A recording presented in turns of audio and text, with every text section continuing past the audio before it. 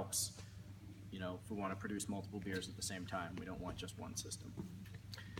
Basically, here is where the process starts out here. This is the grain chute.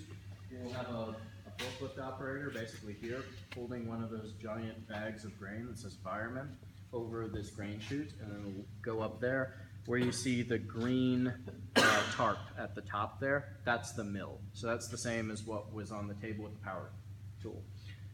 Below that is where the mashing happens. So that's where the hot water is added to the grain. Next to that is the kettle where we add the hops. These two big guys here are water tanks, one for hot, one for cold, for reasons of heat conservation. And this is the heat exchanger right here.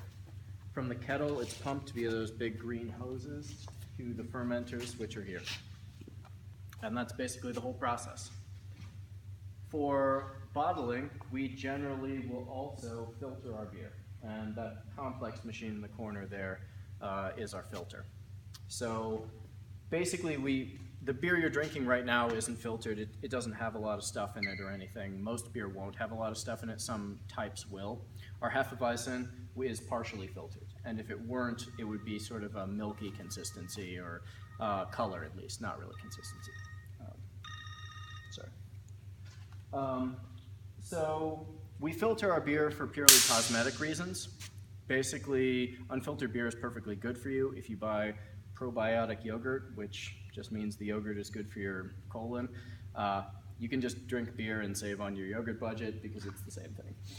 So the stuff that's floating at the bottom of your beer is good for your colon. All right. Basically, yeah, cosmetic. People like Sounds beer. good to me. Yeah, well, people like beer that's clear. I like a healthy they colon. expect it. So that's why we do it. But for things on tap, we don't filter.